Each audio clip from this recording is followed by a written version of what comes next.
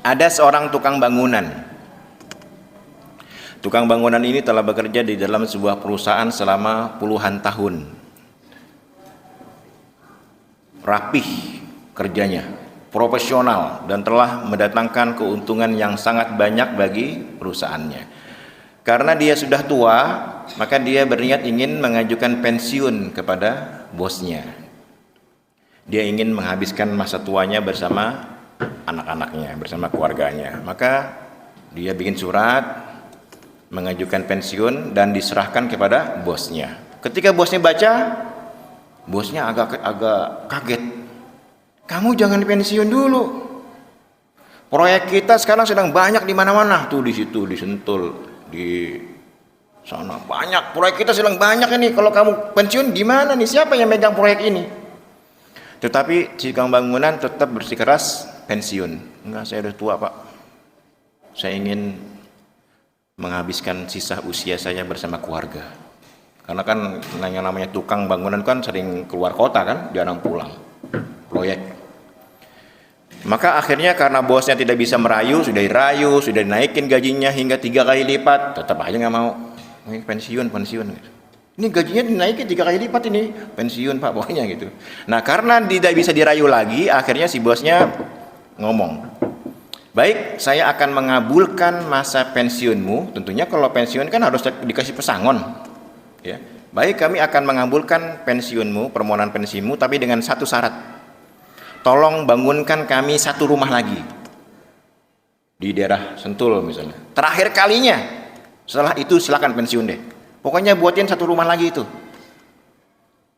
Akhirnya dengan sangat terpaksa si tukang bangunan menerima persyaratan dari bosnya.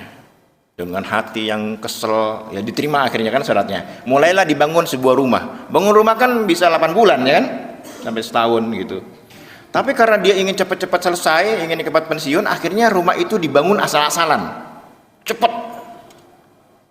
Bahkan materialnya tidak sesuai dengan spek yang semestinya. Besi 16, nggak ada, udah 8 aja.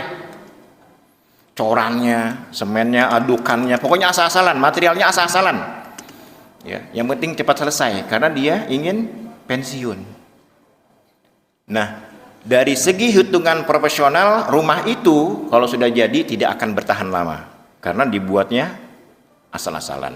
Singkat cerita, selesailah rumah tersebut yang tadinya 8 bulan cuma 4 bulan selesai rumah itu.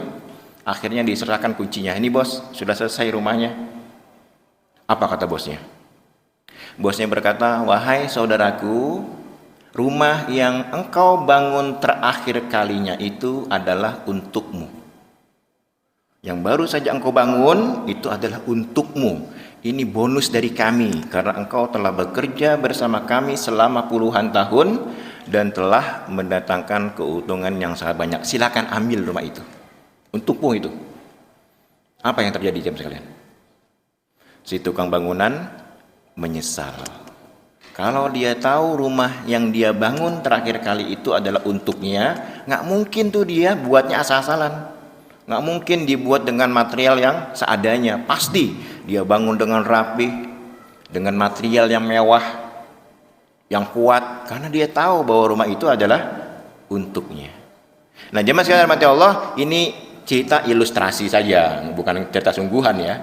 Ini cerita ilustrasi bagaimana cara kita beribadah kepada Allah. Banyak di antara kita itu kadang-kadang beribadah kepada Allah cenderung asal-asalan. Beribadah kepada Allah cenderung asal-asalan. Sholat 5 waktu, prok selesai. Sholat sunnah kalau sempet. Puasa sunnah kalau sempet. Sedekah kalau diminta gitu. Jadi banyak di antara kita nih yang beribadah pada Allah itu cenderung asal-asalan dan hanya sekedar menggugurkan kewajiban. Banyak lupa orang sholat 5 waktu itu hanya sekedar kewajiban. Banyak. Dia tidak bisa mengambil manfaat dari sholatnya. Ada orang pergi haji, ya hanya karena di lingkungannya. Kenapa Pak RW pergi haji? Ya, RT saya pergi haji. Kenapa Pak Camat kau pergi haji? Lurah saya sudah haji, masa saya nggak haji? Nah, banyak orang yang beribadah itu seperti itu. Kadang-kadang ketika iman kita sedang turun tuh ibadah sholat 5 waktu itu hanya ya sekedar mengukur kewajiban aja. Ya, puasa Ramadan apalagi ya, hanya sekedar menggugurkan kewajiban. Padahal jemaah sekalian, ibadah yang kita lakukan di dunia ini sekarang dicapek, nunggang-nungging, sholat malam, nahan lapar, haus, itu semua nanti ganjarannya adalah surga yang luasnya seluas langit dan bumi. Sama seperti tukang bangunan jemaah sekalian, karena dia tidak tahu bahwa rumah yang dia bangun terakhir itu adalah untuknya, akhirnya dia membangunnya asal-asalan. Ya, kalau misalnya bapak sholat nih, ya setelah sholat, assalamualaikum ke kanan gitu kan, assalamualaikum warahmatullah ke kanan, ditampakkan di mata bapak tuh keindahan surga. Assalamualaikum warahmatullah ke kiri, ditampakkan betapa dahsyatnya siksa neraka. Gimana tuh? Saya rasa masjid penuh pak. Nggak ada itu yang kerja tuh di rumah aja, di masjid aja pokoknya itu itikaf aja. Sholatnya pasti lama. Semua surat yang dia hafal dibaca pasti. Kenapa? Karena dia ketika assalamualaikum kanan melihat nikmat betapa indahnya surga. Yang dia lihat itu belum ada apa-apanya. Surga itu kan apa yang tidak pernah dilihat, yang tidak pernah dengar, tidak pernah terbesit dari hati. Kalau Bapak membayangkan puncak, wah indah, wah surga kayak gini ya. Wah nggak kayak gitu, surga lebih dari itu. Ya. Salam ke kiri, betapa siksanya dahsyatnya api neraka. Bapak kan nggak tahu ada orang sufi ngelihat tukang barbecue, tahu ya, stick lagi digoreng, stick tuh daging ini. Dia ngeliat itu, kita mah kalau lagi stick kan nungguin kan, wah enak banget stick nih gitu. Dia ngeliat itu nangis pak, orang sufi itu. Loh kenapa Syekh kok nangis? Ini makanan kita. Kata dia, saya membayangkan ini daging sudah dalam keadaan mati. Daging ini yang untuk stick itu sudah dalam keadaan mati. Potongan-potongan dari sapi kan. Bayangkan ketika kita neraka, bahan bakarnya kita. Kita ini yang diginiin nanti nih di neraka, digoreng, dibolak-balik itu. Ya, jadi dia membayangkannya stick aja yang mati aja udah kayak gitu kan bentuknya kan, dibolek-bolek, ditusuk. Nah kita nanti neraka kita yang digitukan dalam keadaan hidup pak. Kalau daging udah mati kan, kita dalam keadaan hidup. Setiap kulit kita, kata Al-Quran disebutkan, kullama julidat juluduhum, ketika kulitnya itu habis, maka diganti badalnya, diganti dengan kulit yang lain. Jadi nggak pernah tuh kulit kita musnah, numbuh lagi, musnah, numbuh lagi gitu.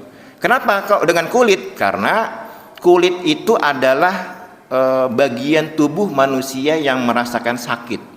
Jadi kalau Bapak kena panas, dipukul, pok sakit kan? Atau kena panas, kena dingin, itu yang merasakan kulit, bukan daging. Jadi kalau misalnya orang itu sudah nggak ada kulitnya, kalau kena panas dia nggak akan panas. Kenapa? Karena yang merasakan panas itu adalah kulit. Nah di neraka nanti ketika kulit mereka itu sudah hangus, diganti lagi dengan kulit yang baru, liyadzuqul azab, kata Allah, agar mereka merasakan azabnya, pedihnya siksa neraka.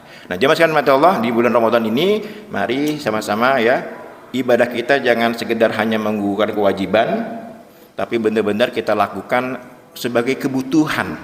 Memang prosesnya jauh pak ya, saya juga mungkin untuk mencapai derajat itu mungkin sulit untuk mencapai derajat bahwa ibadah sholat itu atau ibadah yang lain itu merupakan kebutuhan. Kita ini belum sampai level misalnya kalau azan belum muncul-muncul kayaknya. Kita kan sekarang ini di Ramadan kan hanya merindukan azan maghrib aja. Ya Pak? Ya benar Pak. Nah bahkan kan rindunya hanya mendengar azan maghrib sekarang ini di Ramadan biar cepat buka kan. Tapi azan yang lain kita nggak rindu. Ya, nah kita mengasah tuh dalam Ramadan, kok belum zuhur sih? Gitu. Lama banget zuhur gitu. Jadi rindu ingin sholat. Belum asar, kok belum asar sih? Cepet ya azan nih, saya mau asar gitu. Nah itu mungkin hanya ada di bulan Ramadan. Di luar Ramadan kita tidak bisa merasakan itu nikmatnya sholat.